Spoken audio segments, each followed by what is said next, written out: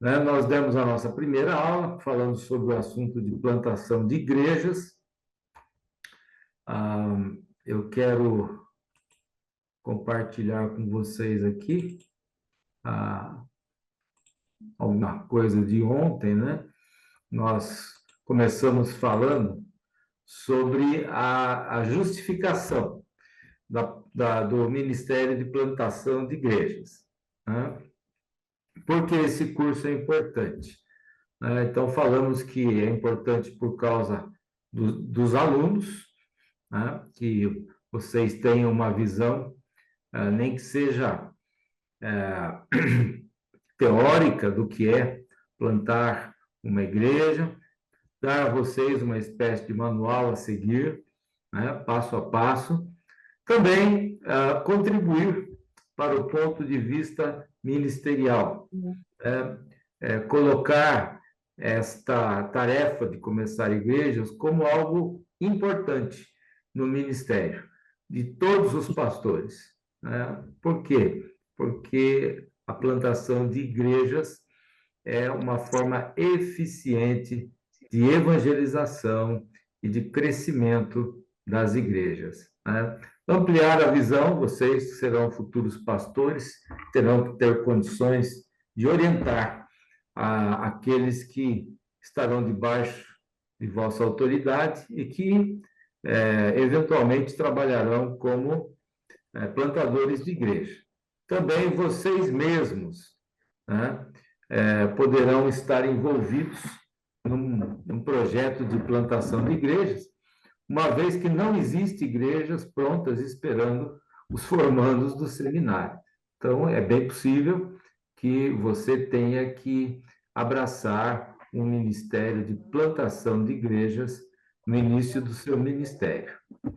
Muito bem, pela Bíblia, né? Pela Bíblia. Tem alguém que está com o microfone aberto. Pela Bíblia, né, temos aí o cumprimento da grande comissão. Nós descobrimos que no livro de Atos havia 4 passos para a plantação de uma igreja. Primeiro era a pregação do evangelho, a formação de discípulos, depois a consolidação dessas pessoas e, finalmente, a formação de igrejas e com estabelecimento de liderança nessas igrejas, tá? Então, plantação de igrejas faz parte do cumprimento da grande comissão, tá? Deixa eu ver aqui quem está com o microfone Aquela aberto. praça também está mesmo à esquerda. Está muito à esquerda. Ok. Ok, irmãos. Quem está com o microfone aberto, por favor, feche seu microfone. Tá bom? Muito bem. Então, nós estamos aqui. Estão vendo o quadro?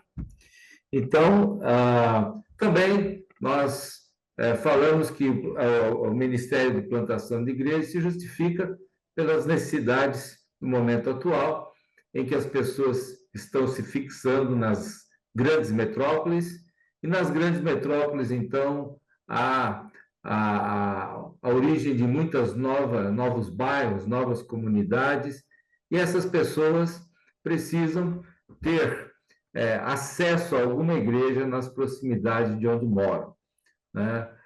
Devido às dificuldades de transporte, o custo do transporte, tanto através de transporte urbano, né, os ônibus, o metrô, ou também de automóvel, tudo envolve tempo, despesas, né?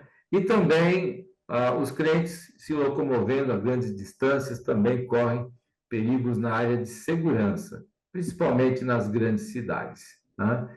Então, há uma necessidade de criarmos novas igrejas. Também novas igrejas são uma necessidade denominacional, né? As igrejas que plantam igrejas, as denominações que plantam igrejas estão crescendo. e aquelas que não plantam estão diminuindo. Então, abrir novas igrejas promove o crescimento numérico, desenvolve também novas lideranças. Falamos que há muitas pessoas hoje que estão encostadas em grandes igrejas, né? Estão lá apenas num papel de observador, né? Pessoas estão ali simplesmente assistindo os cultos, quando poderiam, em pequenas igrejas, em novas igrejas, estarem ministrando a palavra, ensinando, evangelizando, adorando através de instrumentos, de cânticos. Há uma série de pessoas, muitas pessoas hoje, que estão escondidas nas grandes igrejas, quando poderiam estar servindo. Novas igrejas precisam de líderes e há então uma oportunidade de servir e até mesmo de desenvolver liderança. Novas igrejas motivam igrejas antigas. Quando uma nova igreja começa a crescer, igrejas antigas ficam incomodadas e começam também a trabalhar mais. Então, novas igrejas estimulam as antigas. Novas igrejas geralmente crescem mais do que as igrejas antigas, que depois de algum tempo acabam se acomodando, né, e deixam de crescer. O ministério também é uma coisa importantíssima na vida de vocês que são seminaristas, como já falei, né, e poderão ter que sair do seminário e trabalhar numa nova igreja ou na restauração de uma antiga igreja. Né? Bom, às vezes também podemos dizer que novas igrejas são necessárias porque em determinadas áreas não existem igrejas disponíveis. Né? O povo é um povo que é incrédulo ou eles estão envolvidos em denominações, em seitas, né? E precisam de ter ali a oportunidade de ouvir uma igreja bíblica, mensagem de uma igreja que prega um evangelho centrado na palavra de Deus, né? E então, há muitas comunidades que não temos nenhuma igreja, há muitas comunidades que realmente precisam de uma igreja e de alguém pregando ali no meio deles. O propósito do projeto, né, ou desse curso, é preparar o aluno, pastor ou missionário ou obreiro para fundar uma nova igreja batista bíblica autossustentável, que se é capaz de sustentar, autogovernável e multiplicadora em determinado local entre um grupo específico de pessoas em determinado tempo. Então, esse é o propósito do curso, esse é o propósito da plantação de uma igreja. Ok, falamos também ontem sobre o perfil do plantador de igrejas. Né? O plantador de igrejas tem que ser um PTO, pau para toda obra. O plantador de igrejas tem que estar consciente e comprometido com esse ministério. Plantar igrejas não é brincadeira, é um projeto que envolve compromissos sérios, realmente. E se você não tem tempo, se você não tem foco, dedicação, não é capaz de priorizar esse ministério, é melhor nem começar. A Bíblia diz que antes de começar um projeto, uma construção, a gente tem que sentar e fazer as contas. Né? Então, se você quer trabalhar na plantação de uma igreja, mas você quer também estudar, você quer ter 2 empregos, né? Você tem família, então fica às vezes difícil focar no projeto e ver resultados.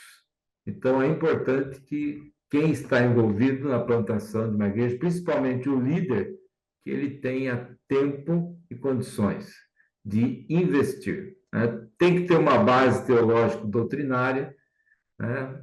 A pessoa deve ter um seminário, para quando começar o trabalho, não começar a falar coisas sem nexo, sem base doutrinária. Estabilidade familiar. Geralmente, o plantador de igrejas tem que ter a sua esposa como sua melhor cooperadora e aliada.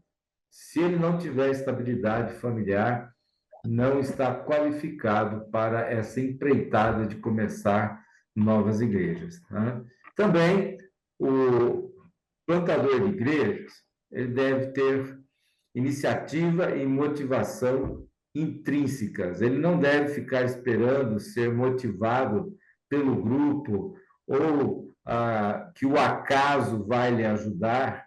Na verdade, ele precisa ter motivação de si mesmo, intrínseca, tá? E não desistir, persistir no seu propósito, ok? Vida consagrada, né? Começar novas igrejas, é uma coisa que exige muita oração, consagração a Deus, porque o inimigo vai colocar obstáculos, o inimigo vai tentar impedir. E se nós não tivermos comunhão com Deus, sofreremos revés, sofreremos muitas dificuldades. Então, é necessário ter uma vida consagrada. Também espírito pioneiro, né, e evangelístico. Então, temos que o plantador de igrejas, ele é um evangelista, ele é um visitador, ele é um iniciador de relacionamentos, né, de amizades. Ele é alguém que está pronto para fazer o que precisar.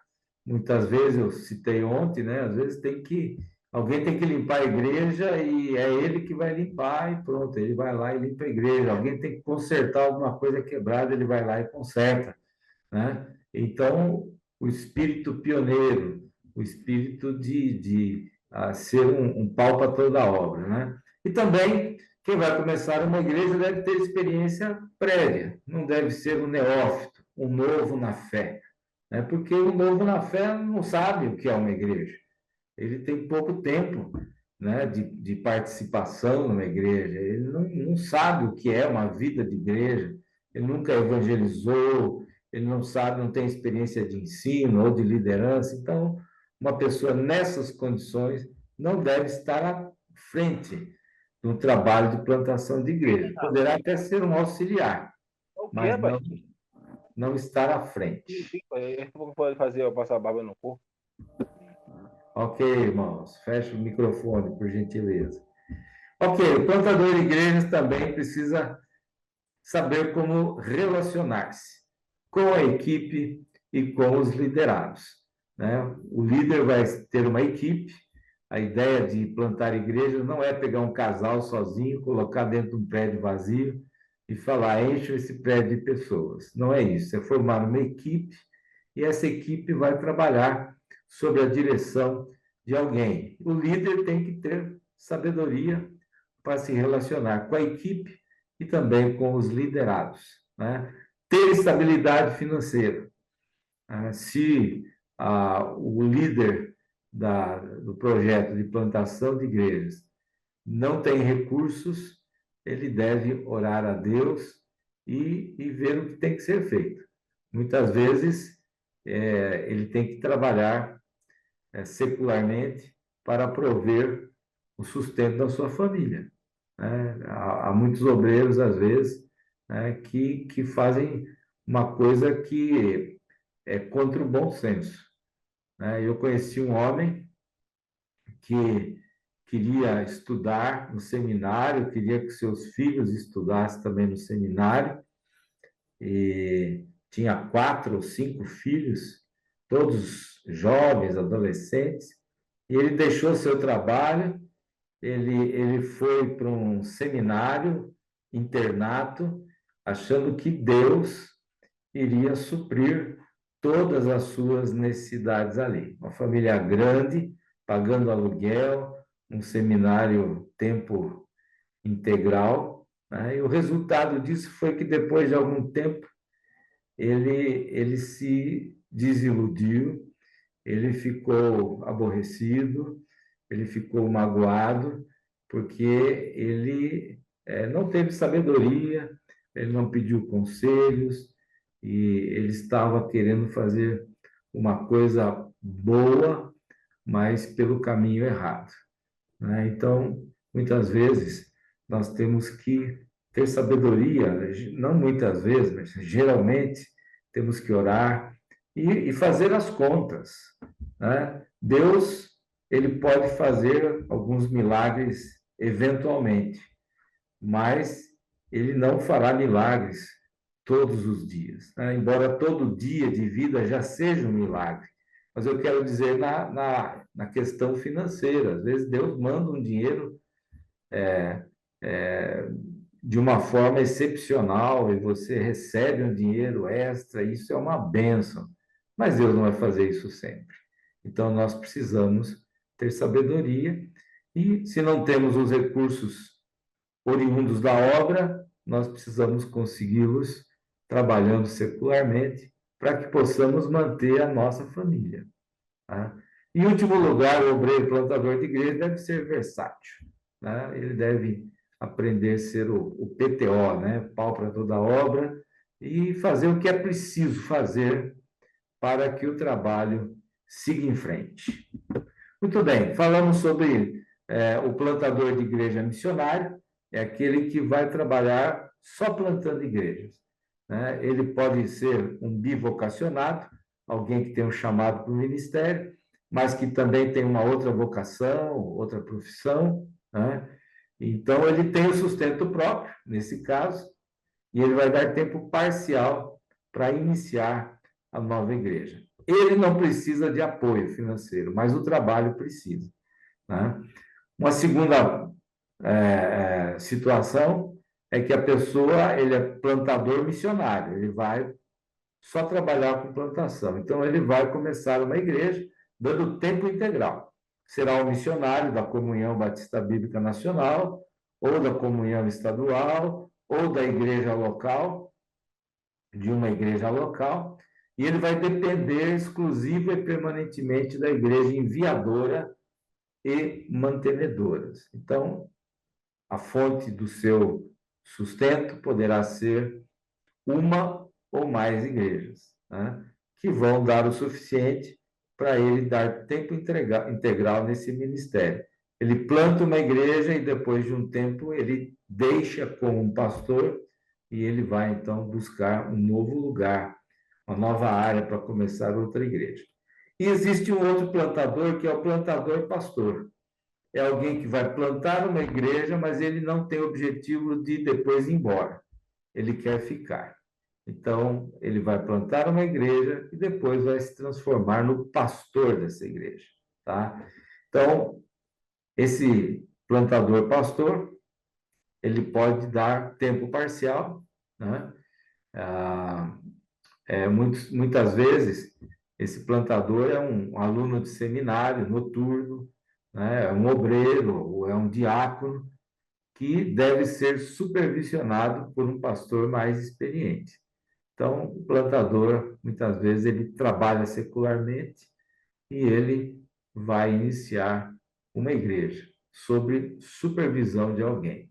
E também o plantador pastor pode ser alguém já formado, né, que vai dar tempo integral no ministério e se propõe a começar a congregação, depois levá-la a ser igreja e assumir o ministério, né, por tempo indeterminado, né? Ele vai assumir progressivamente, a igreja vai assumir progressivamente seu sustento e em determinado prazo e tempo ele vai se tornar o pastor da igreja. Então tem essas duas situações. Um é plantador missionário, ele planta, depois ele vai embora. O outro é plantador pastor, ele vai plantar a igreja e ele vai ficar, tá? Talvez alguns de vocês vão ser plantadores missionários, ou outro talvez plantador pastor, tá? Muito bem. O projeto de plantação, né, ele deve buscar 3 alvos, né? Ser uma igreja batista bíblica, né? Em primeiro lugar, esse já é um alvo, né?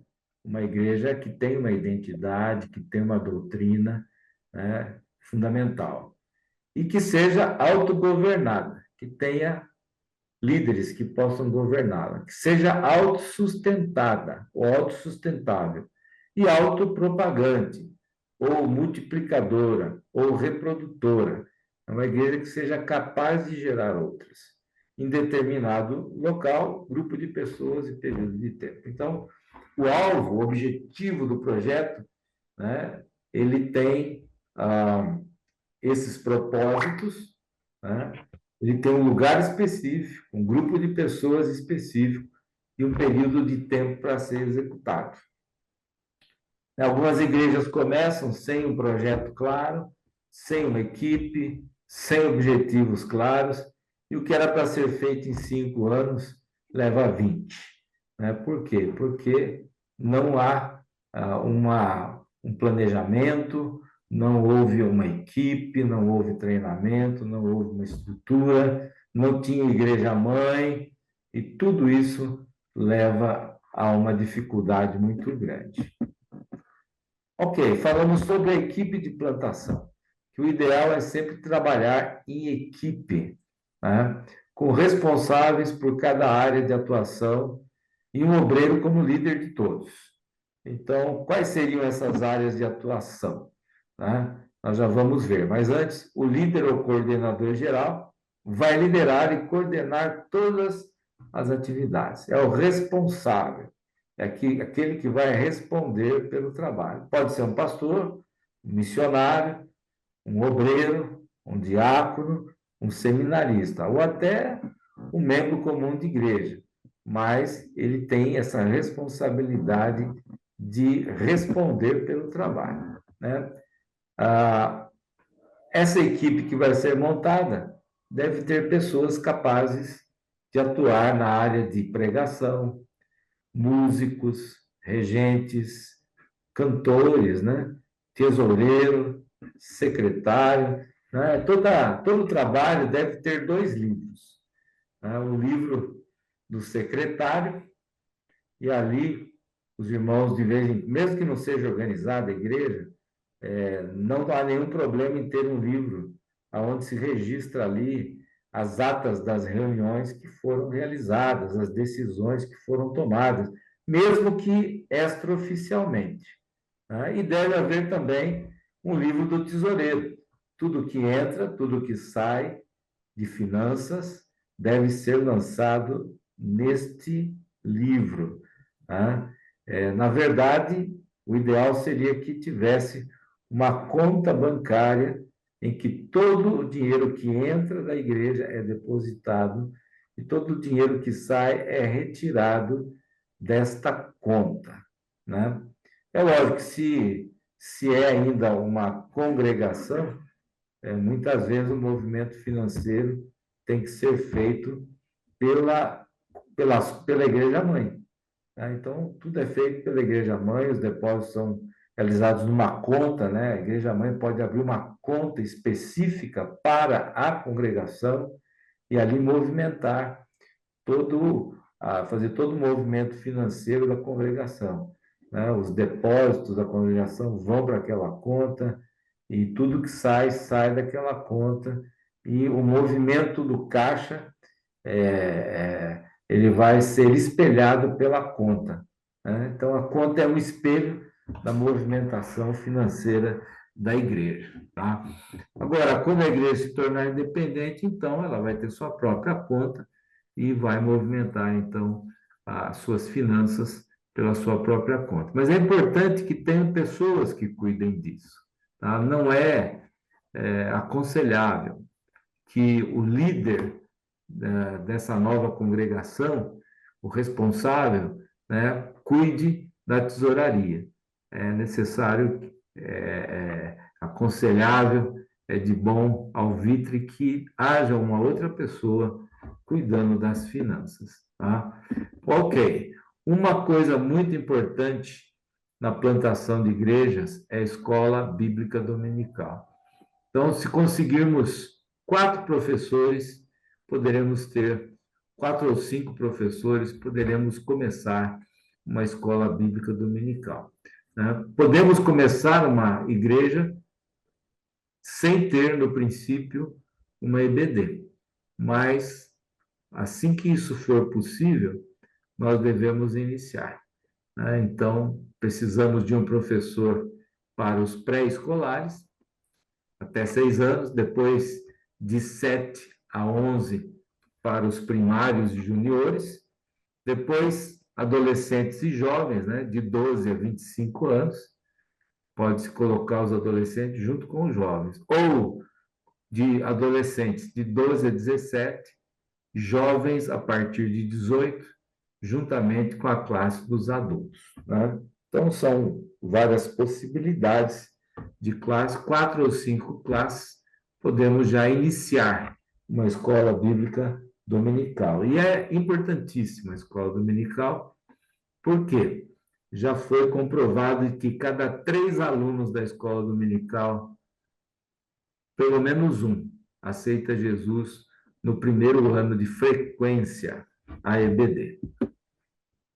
Também a Igreja Nova, ela deve estar,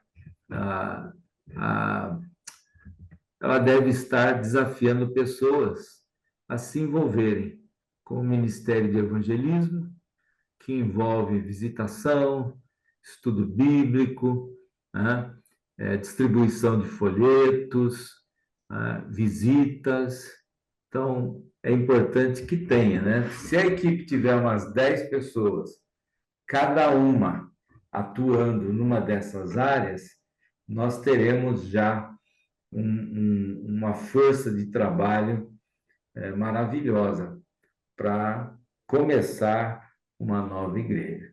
Então, já começamos aí com 10 pessoas trabalhando, né? E quando isso acontece, o trabalho se desenvolve mais rapidamente.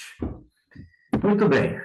Falamos também que às vezes a igreja ela lança a mão de algum ministério comunitário, né, para alcançar pessoas, reforço escolar, aula de informática, cursos de crochê e outros tipos para atrair as pessoas e conhecer a comunidade. Ok,